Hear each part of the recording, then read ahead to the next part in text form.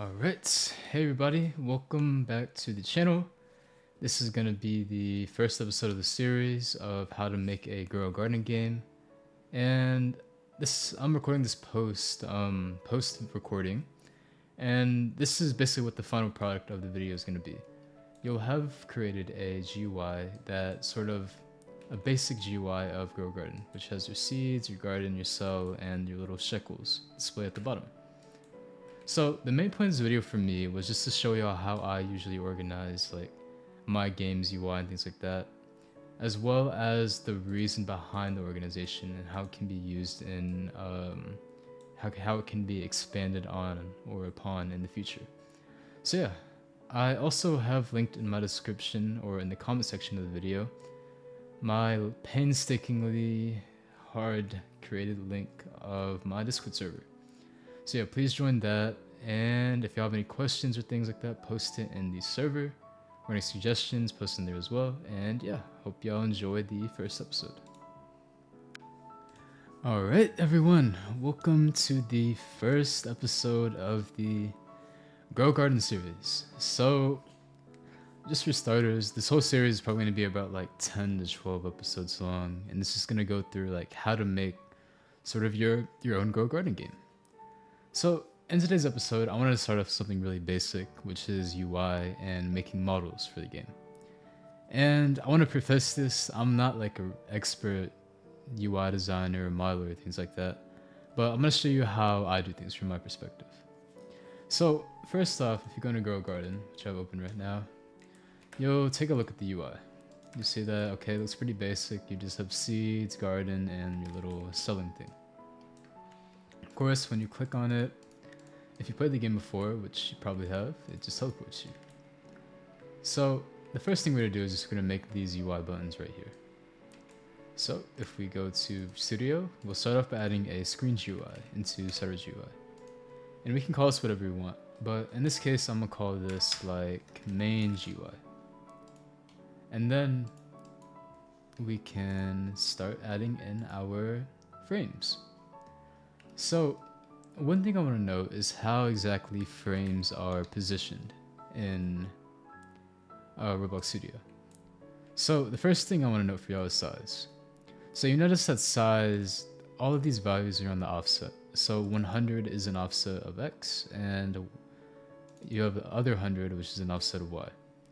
And you'll notice if we switch over to different devices, these things appear at different sizes. So let's say we go to our just normal PC size. If we scale this all the way up, like so, and we just move it right here, you'll notice if we go on phone, it looks completely off-putting. So the way we fix this is by just changing our offset values to these zero values or the scale values, which you see right here. So a general rule of thumb for making Roblox UI is that you don't want the offsets to be any value that's not zero. So for example, you don't want it to be like 1000 or 834 in these little offset spots. So let's set both of these to 0, and let's make this 0.1 and 0.1. You notice immediately if we put this in the center of our screen, like so, and we switch over to another device, it stays the same. Which is exactly how other games make their UI. They don't base it off of offset, which is this, but rather they base it off of scale. Another thing I want to note is anchor points. So generally, well, always, Roblox works on Roblox UI works from a 0 to 1 scale, or 0 to 1 interval system, value system. So for example, if you set this to 1, it would be at the end of your screen, and if you set this, the y-axis to 1, it'll be on the bottom of your screen, like so. So I want to note the anchor point from earlier. If you set this to 0.5, then it's gonna off based on like the center of the screen. So let's say we set the position to 0.5 and 0.5. 0.5, 0, 0.5, 0 will always be in the center of your screen with anchor point set to 0.5 on both axes. So this is generally what I like to do, is because personally, I can work best with knowing that 0.5 is always going to be the center of my screen, and 0.25 is going to be right here. as well as 0.75, which is going to be on the exact same spot, but from the right. So you set this 0.75, it's going to be right here. So knowing that, we can make sort of a root frame that holds all of our UI. So we can set this to 0, 0, 0, or 0.5, like so, and we set this to scale to 1. And you know, as background transparency, we'll just set this to 1, like so.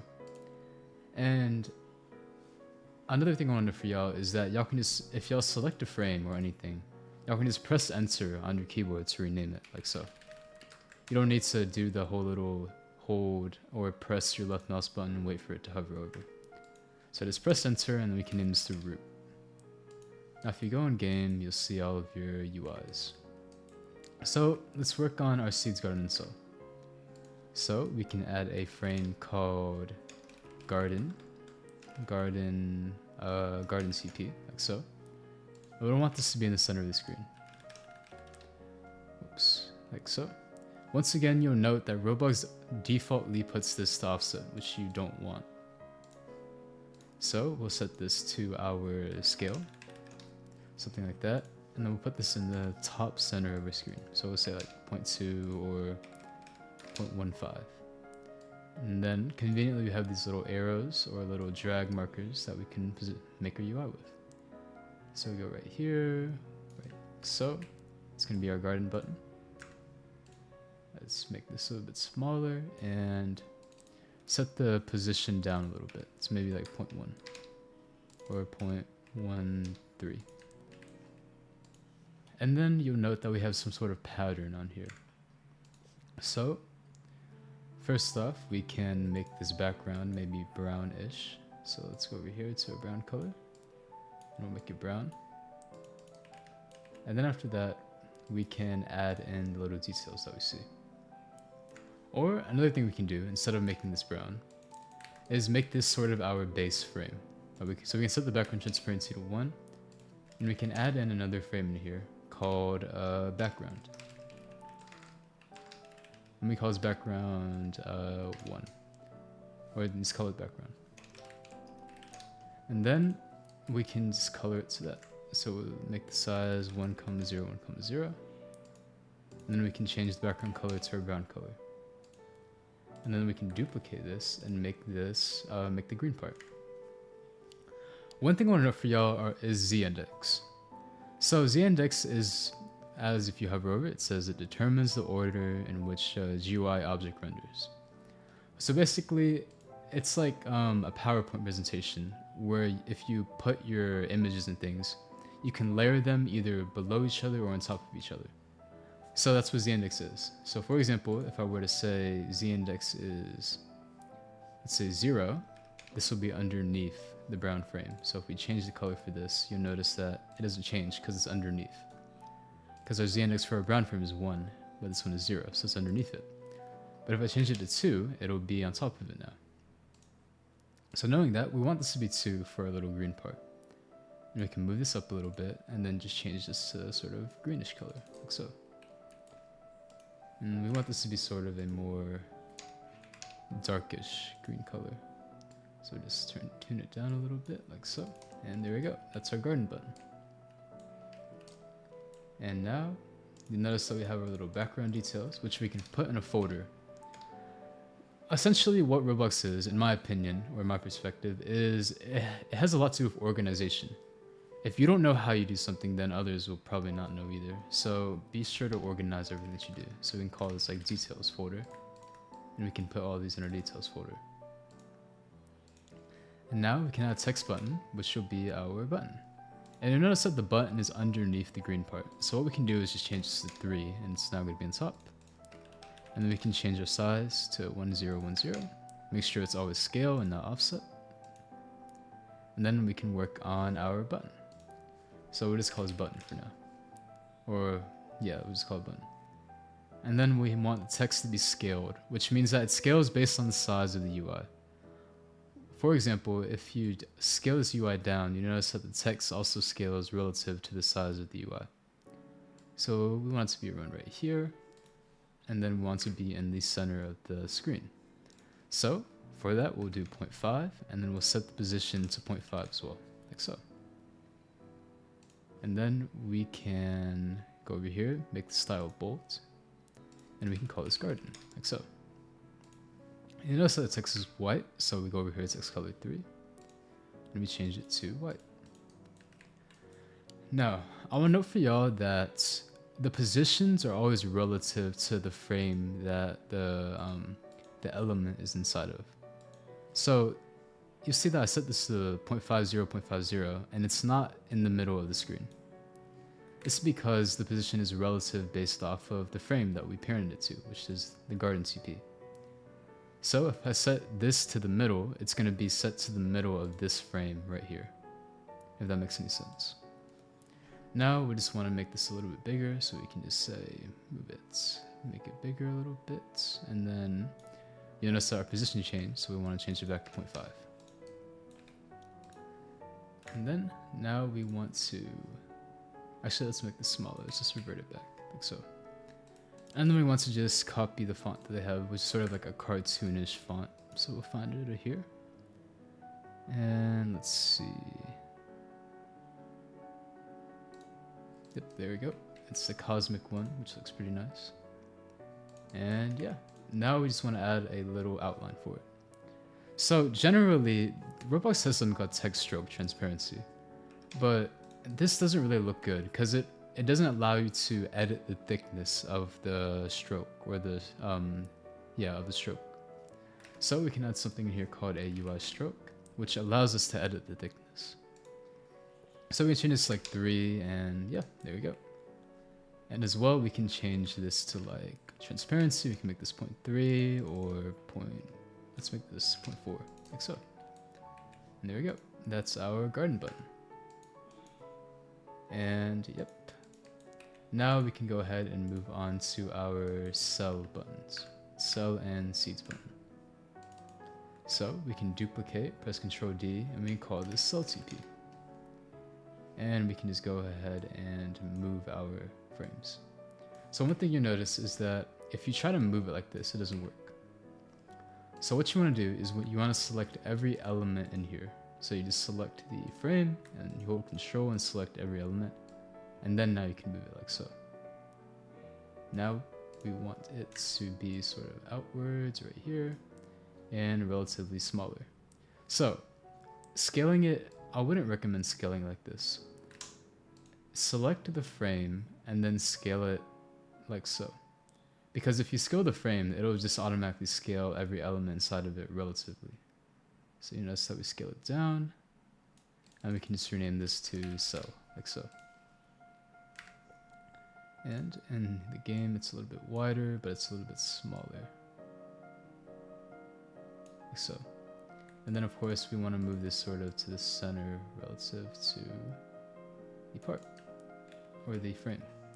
And we'll just change the color of it. So we can go ahead and remove the little detail that we put on here. And oh, one thing I forgot to do is you see there's a slight outline on here. So we can just go ahead and go over here, add a UIStroke, set this to border, then we set this to around 3 3. And then we can change this to a green color, or the same color as this. And then, boom, there we go. Let's make this a sort of lighter color so we can distinguish it. And there we go. Now for our background, we can set this to red, a really light reddish color, like so. And then we can just add a red outline. So we can copy and paste this into here. And we'll just change this to red. Make this sort of a dark red color. Let's make this smaller, like so. And now we can just duplicate this. Make sure to select all of the details and move it over. Now, if you really want to get technical and make it sort of match the distance from here to here, we can use our calculator, which might be tedious, but I'm going to do it for my sake because I want to actually know how far it is. So we'll find the distance between the x-axis, because we want to move it left to right. So we'll say 0.5 or get the cell button position. So we have 0.73, oops, 0.703 minus 0.5. And we'll see that the distance is around 0.203. So we want to get it from the middle of the screen to the left. So we can say 0.5 minus that, which is 0.297. And we can now just set this to 0.297, like so, and it'll be proportional.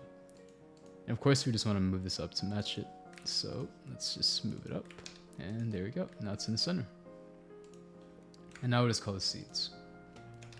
Seeds TP, and then change this to seeds. And change our background to a bluish color, like so. Make this sort of lighter, and then go over here and change the UIStroke to the same color, but darker. And there we go. That's our UI. And yep, that's that. So let's see what else we want to do.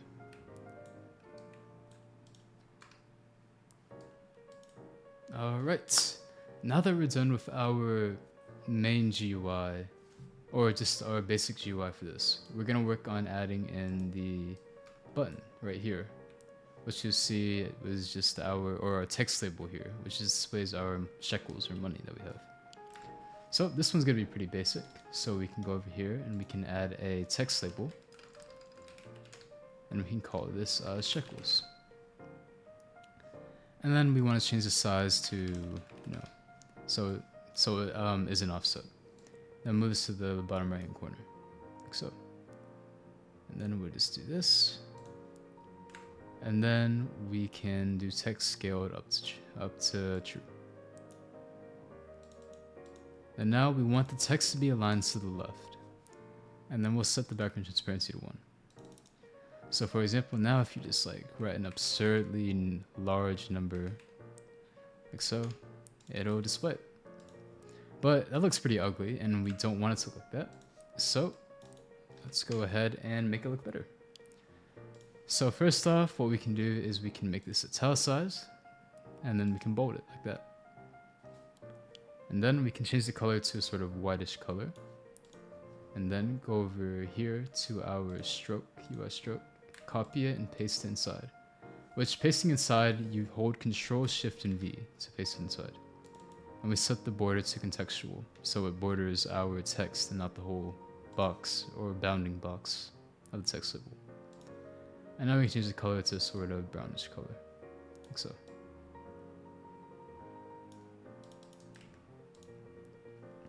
Let's make this darker a little bit. There we go. That's our Sheckles label. Let's move it over a little bit. And yeah. So next up, if you tab in game, you'll see that we have the SeedShop and the UIs. So for example, if I just hold E, you see that we have a bunch of UI. So this is going to be pretty easy to replicate.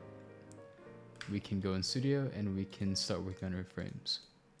So we can add in another large frame and just call it frame. And we can call this, let's see, frames. What frames is, or what frame's gonna do is hold our main frames in the game, which in this case is our seed frame and our selling. Or no, not our selling. Just our seeds and our gear shop, which is over there. So we can add a larger frame to here and set our scales. And we can center this in the middle of our screen. And now we can make this larger. So let's do 0.4 and 0.4, and let's see how it looks in. Alright, so it can be 0.3, and let's scale this up to around 0.6, like so. It looks relatively similar. And let's move this down a little bit and change it back so it's in the center. And now we will just make the background for it. So we can call this seeds frame. Alright, now that we've gotten our main box done, we can work on the green part in here.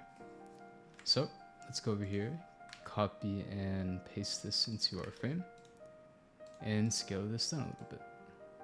I mean, you can also just copy the text too and just call this, let's see, seeds. Or we can just call it what they have in here, new seeds in blank minutes. So let's rename this to seed timer, and we can say new seeds in X minutes, like so. Or instead of that, we can just say XX in 0000, like so. And we can move this to the side and make it smaller.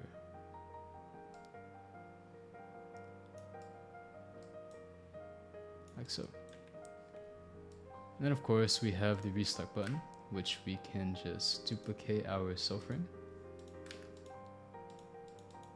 Instead of calling this background 2, we can call this title frame. And let's add in our cell button, and let's make the ZIndex above our thing right here. Let's call this Restock. Let's move all our details here and scale this up. Oops, there we go. And let's just shrink this down a little bit more. And Restock, let's make this larger. And move all of the things to the middle. Like so. And then we can just call this button Restock. And change our color for it to be yellow.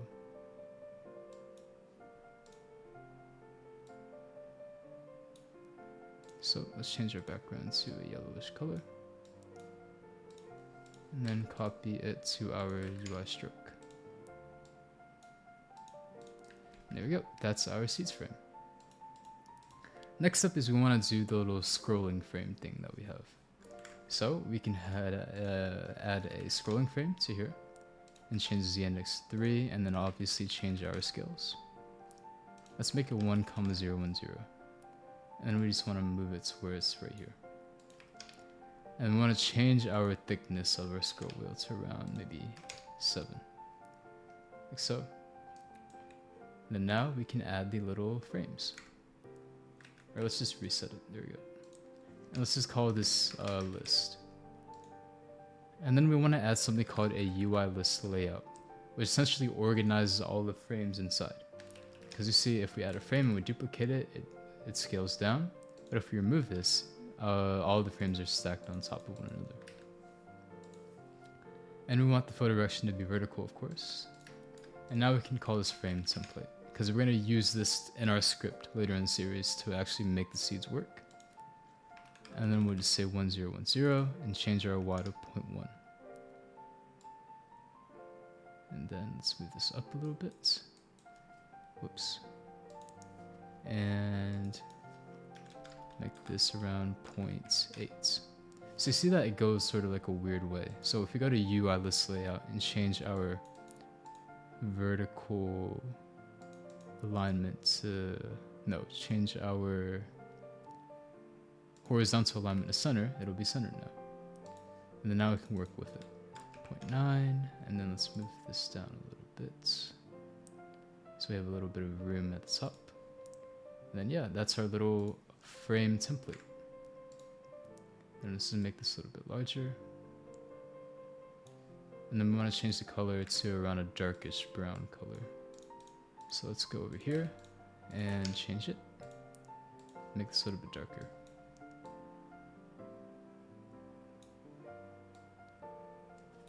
There we go. And now we just want to just copy all these. So let's add a text label into here. Or we can just copy this one right here and paste it into here. Scale this up and make sure that this is set the center now. And then we want this just to be called, maybe put it in the center of our screen. And then we can call this watermelon seed. So, then we can add a UIStroke, a black one.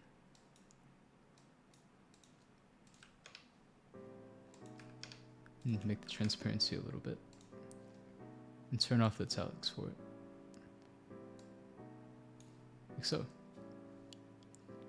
And then we can add the little stock UI and the rarity for it. And instead of just doing this little drop down thing, we can make the buy things also in here as well. So we can go over here and leave a bit of room for our image. So let's add in an image label and change this to 0.1, and then scale this up a little bit. So this is going to be our image. And instead of making it so it overlaps, we can actually scale this out a little bit and align it towards the right. And now we have room for our image.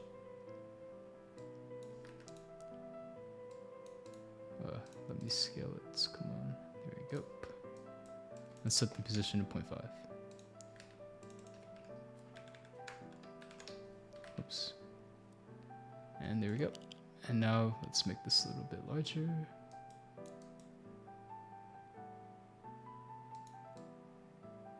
And center our image. Let's make this around 0.2, like so. And then now we can add in our pricing. So we can rename this to title, and we can name this seed icon. Duplicate our title and then change it to the things in stock. So you can move this down, and then we can just set this to center now.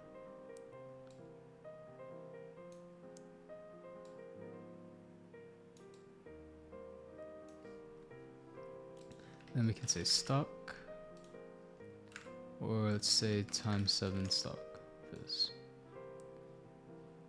Let's align this to the left and make this slightly smaller and change our text color to the grayish color that they have, like so. Or we can make this sort of a lighter gray, so make it light gray. And yep, that's our icon. So we can change this just to stock count. And then once again, duplicate it so we can have our cost. So our cost, which is going to be $10.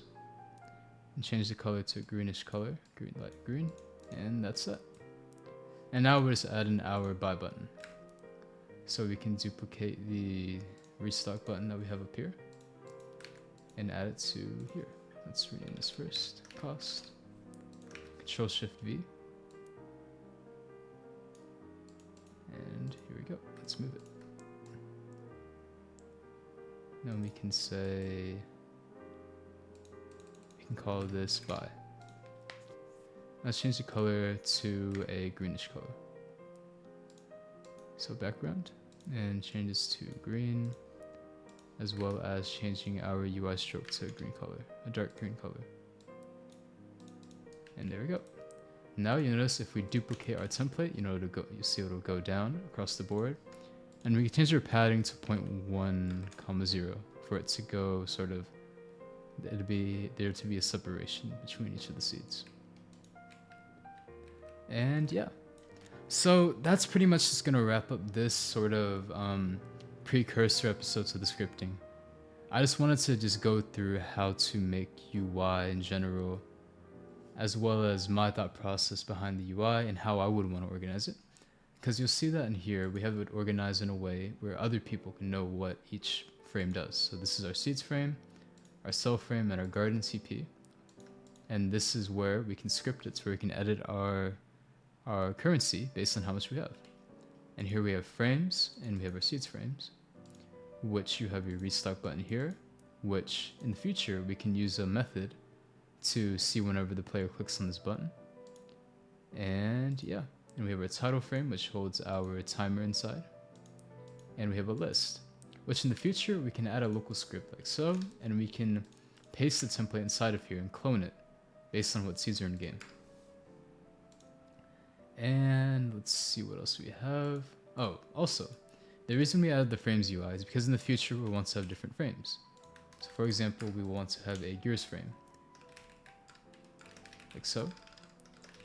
So we can keep it all in a condensed frames folder.